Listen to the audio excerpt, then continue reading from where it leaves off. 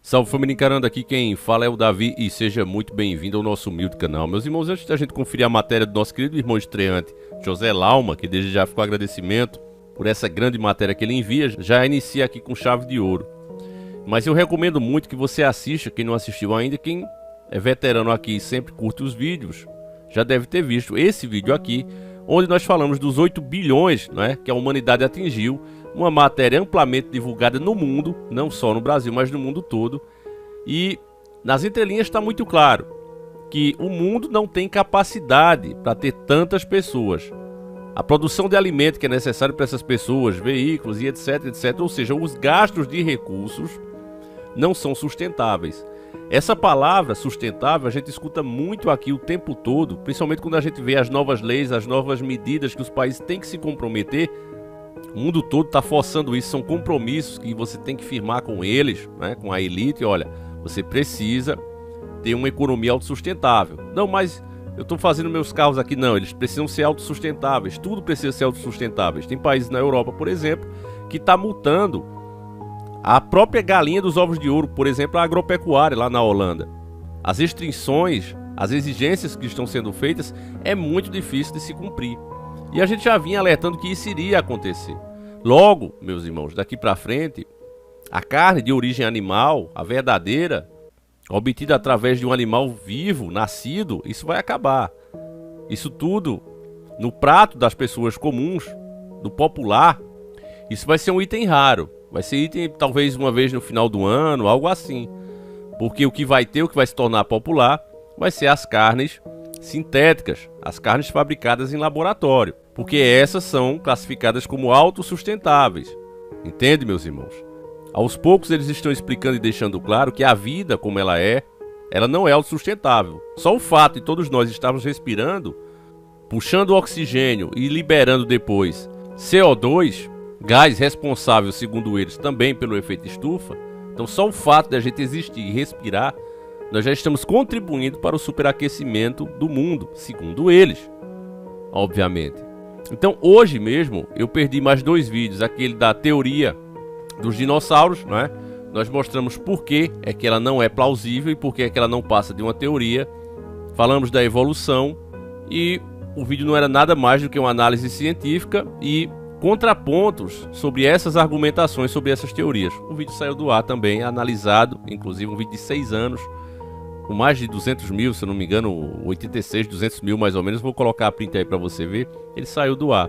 Então, cada vez está ficando mais difícil você colocar um contraponto, de você questionar. É a censura na cara dura. Agora está se falando disso porque está acontecendo com um lado que perdeu as eleições. Mas nós que estamos na luta contra o sistema, o grande sistema, aquele que comanda o mundo, nós que estamos nessa luta já sentimos isso há anos, há quase uma década. Ninguém ligou. Todo mundo achou, mas vocês exageram demais mesmo. E tudo que a gente vem falando, acontecendo. Então agora, na matéria do nosso irmão, produzida aqui pela BBC News, eles estão falando dos efeitos, das coisas bizarras que já estão aparecendo por conta do que eles chamam de aquecimento global. Preste muita atenção nessa matéria, meus irmãos, e lembre de outros vídeos que a gente viu aqui. Como não há tempo a perder, pega agora mesmo a banana machucada com leite condensado e vamos iniciar o nosso quadro.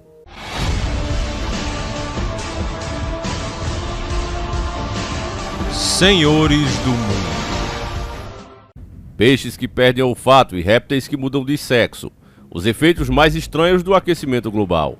Uma matéria muito recente de 16 de novembro de 2022. O canto dos pássaros e o desabrochar das flores e as picadas de mosquitos não são coisas que você associa ao mês de novembro do norte da Inglaterra, mas são alguns dos efeitos colaterais mais leves do aquecimento do planeta.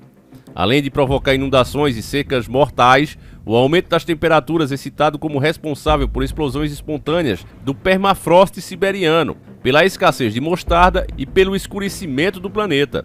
Muitos dos impactos das mudanças climáticas são devastadoras e alguns um tanto estranhos.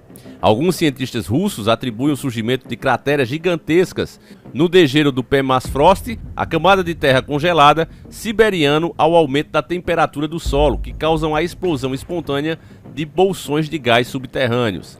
Esta é apenas uma hipótese para explicar a formação de crateras gigantes na paisagem do Ártico.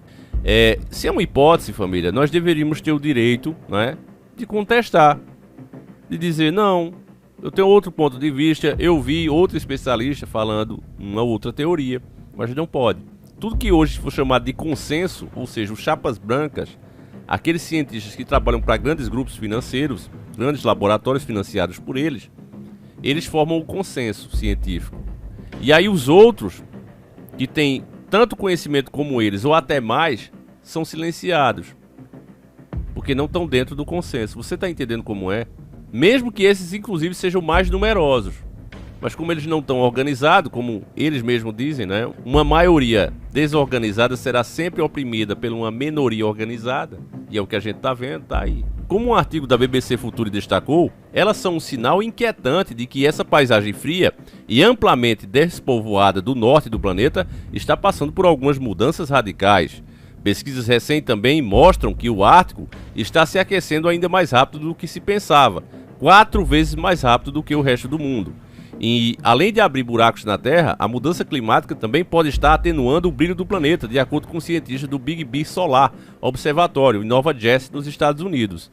Ao medir a luz do Sol refletida na Terra para a parte escura da Lua à noite, os cientistas medem o que chamam de brilho da Terra, ou albedo, basicamente a capacidade de refletividade da Terra. Os estudos sugerem que a quantidade de nuvens baixas sobre o leste do Oceano Pacífico está diminuindo devido ao aumento das temperaturas do oceano. Como essas nuvens agem como um espelho refletindo a luz do Sol de volta ao espaço, sem elas esse reflexo diminui. Então, de acordo com esses cientistas, podemos realmente estar tirando o brilho do nosso planeta. Então você vê que a nossa existência é terrível, família, né? É terrível, só como eu falei, nessa visão, só o fato de a gente respirar, né, já está acabando com o planeta. Imagina quando você dá um cagão, né, um mijão, quando você consome alimentos, um peidão, meu amigo, aí é pra acabar mesmo com a bola terrestre. Embora possamos estar causando o aquecimento global, não somos a única espécie que tem de lidar com ele. Algumas criaturas são afetadas de maneiras realmente surpreendentes. Em alguns répteis, o sexo da prole é parcialmente determinado pela temperatura no qual os ovos são incubados. Por exemplo, dragões barbudos, uma espécie de lagarto encontrado na Austrália, geneticamente masculinos, mudam de macho para fêmea quando são incubados em uma determinada temperatura. Por isso, os cientistas estão preocupados que os machos possam se tornar cada vez mais raros à medida que o mundo esquenta, colocando a espécie em risco de extinção. No oceano, os níveis crescentes de dióxido de carbono, um dos gases causadores do efeito estufa, podem estar fazendo com que os peixes percam o olfato, né? Então eles sabem quando os peixes estão sentindo o cheiro ou não. Os caras são os caras mesmo, família. É o bichão mesmo, doido. A mudança climática também está alterando de forma mensurável a sincronia sazonal. Na floresta de Wentworth, a mais cientificamente estudada do Reino Unido, filhotes de chapim real, uma ave colorida bastante comum em toda a Europa e Ásia, saíram dos seus ovos 3 semanas antes do que teriam feito na década de 1940. Tá vendo, família?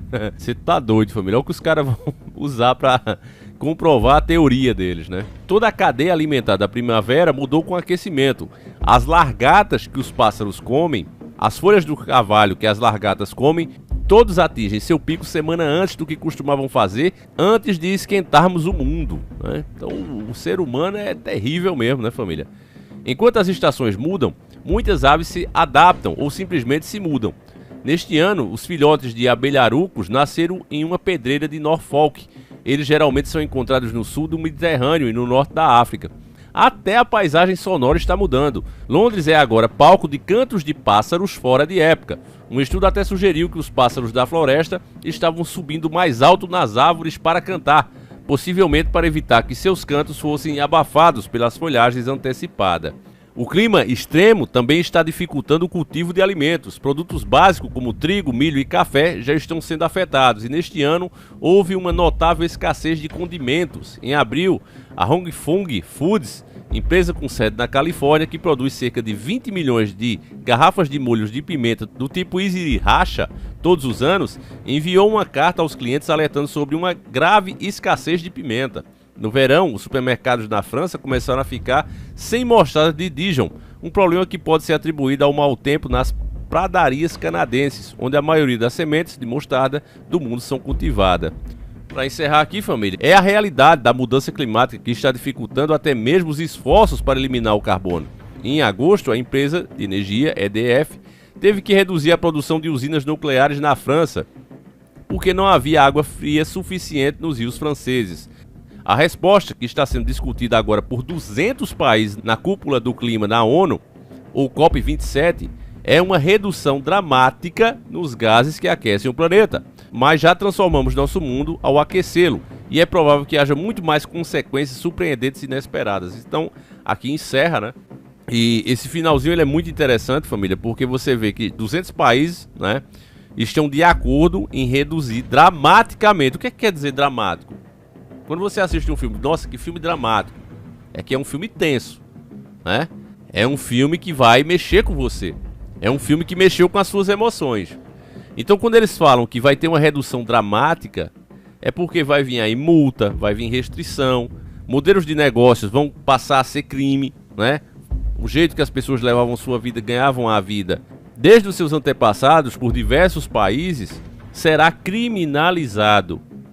E é pelo bem do planeta. A matéria toda, eu posso resumir para vocês. Vocês veem que os caras falaram de ovo de passarinho que chocou 3 semanas antes. Chega a ser ridículo. Chegaram a falar da pimenta que vai faltar, né? Todos esses exemplos que foram dados aqui é para reforçar essa narrativa que algo precisa ser feito. E será feito.